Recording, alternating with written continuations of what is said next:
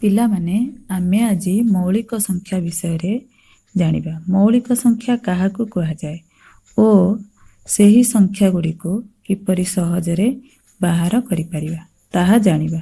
ଜାଣି ରଖ, ଯେଉଁ ସଂଖ୍ୟାର ଦୁଇଟି ଗୁଣନୀୟକ ଥାଏ ଏବଂ ସେମାନଙ୍କ ମଧ୍ୟରୁ ଗୋଟିଏ 1 ଏବଂ ଅନ୍ୟଟି ସେହି ସଂଖ୍ୟା ନିଜେ ହୋଇଥାଏ ତାହାକୁ ଏକ ମୌଳିକ ସଂଖ୍ୟା କୁହାଯାଏ।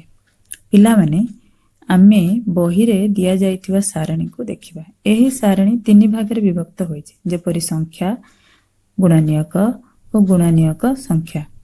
ସଂଖ୍ୟା 2, 3, 5, 7, 11, 13। 2ର ଗୁଣନୀୟକ 1, 2। ଗୁଣନୀୟକ ସଂଖ୍ୟା 2। 3ର ଗୁଣନୀୟକ 1, 3। ଗୁଣନୀୟକ ସଂଖ୍ୟା 2। 5ର ଗୁଣନୀୟକ 1, 5। ଗୁଣନୀୟକ ସଂଖ୍ୟା 2।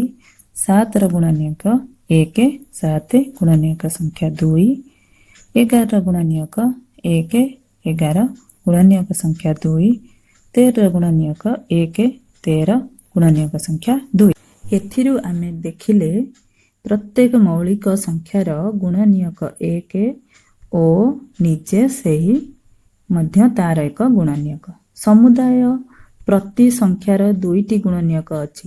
ଏହି ସମସ୍ତ ସଂଖ୍ୟାର ଗୁଣନୀୟକ 2ରୁ ବେଶୀ ନାହାନ୍ତି। ପ୍ରତ୍ୟେକ ସଂଖ୍ୟାର ଗୁଣନୀୟକ କେବଳ 2ଟି ଲେଖା ଅଛନ୍ତି। ତେଣୁ ଏହି ସଂଖ୍ୟା ଗୁଡ଼ିକ ମୌଳିକ ସଂଖ୍ୟା। ତେବେ ଆମେ ପିଲାମାନେ ଜାଣିଛେ, ଯେଉଁ ସଂଖ୍ୟାର କେବଳ 2ଟି ଗୁଣନୀୟକ ଥାଏ ଏବଂ ସେମାନଙ୍କ ମଧ୍ୟରୁ ଗୋଟିଏ 1 ଓ ଅନ୍ୟଟି ସେହି ସଂଖ୍ୟା ନିଜେ, ତାହା ଏକ ମୌଳିକ ସଂଖ୍ୟା। ଯେଉଁ ସଂଖ୍ୟାର 2ରୁ ଅଧିକ ଗୁଣନୀୟକ ଥାଏ ତାହାକୁ ଯୌଗିକ ସଂଖ୍ୟା କୁହାଯାଏ। ପିଲାମାନେ ଆସ ନିଜ ନିଜ ଖାତାରେ 1ରୁ 30 ପର୍ଯ୍ୟନ୍ତ ସଂଖ୍ୟା ଗୁଡ଼ିକ ଲେଖିବା। ଆମେ 1ରୁ 30 ପର୍ଯ୍ୟନ୍ତ ସଂଖ୍ୟା ଗୁଡ଼ିକର କେତୋଟି ଲେଖା ଗୁଣନୀୟକ ଅଛି ତାର ଏକ ସାରଣୀ ପ୍ରସ୍ତୁତ କରିବା। ପିଲାମାନେ ଦେଖ, ଏ ସାରଣୀରେ କେତୋଟି ସଂଖ୍ୟାର କେବଳ 2ଟି ଗୁଣନୀୟକ ଅଛି। କେତୋଟି ସଂଖ୍ୟାର 2ରୁ ଅଧିକ ଗୁଣନୀୟକ ଅଛି। 2ଟି ଗୁଣନୀୟକ ଥିବା ସଂଖ୍ୟାକୁ ଆମେ ମୌଳିକ ସଂଖ୍ୟା ବୋଲି କହିବା।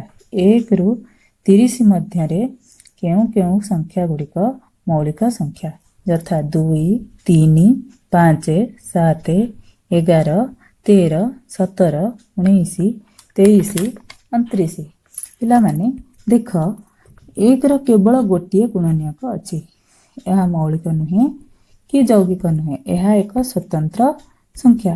ଆଉ ମଧ୍ୟ ପିଲାମାନେ ଜାଣିବ, ଯେଉଁ 2ଟି ମୌଳିକ ସଂଖ୍ୟା ମଧ୍ୟରେ ମାତ୍ର ଗୋଟିଏ ସଂଖ୍ୟା ଥାଏ ସେ ସଂଖ୍ୟା 2ଟିକୁ ଯମଜ ମୌଳିକ ସଂଖ୍ୟା କୁହାଯାଏ। 2ଟି ଯମଜ ମୌଳିକ ସଂଖ୍ୟା ମଧ୍ୟରେ ପାର୍ଥକ୍ୟ ସର୍ବଦା 2। ଯମଜ ମୌଳିକ ସଂଖ୍ୟାର ଉଦାହରଣ 3, 5, 5, 7, 11, 13, 17, 19, 29, 31 ଇତ୍ୟାଦି। ପିଲାମାନେ ଆଜି ତ ଆମେ ମୌଳିକ ସଂଖ୍ୟା ବିଷୟରେ ଜାଣିଲେ, ଆଗାମୀ ସମୟରେ ଆମେ ଯୌଗିକ ସଂଖ୍ୟା ବିଷୟରେ ଜାଣିବା।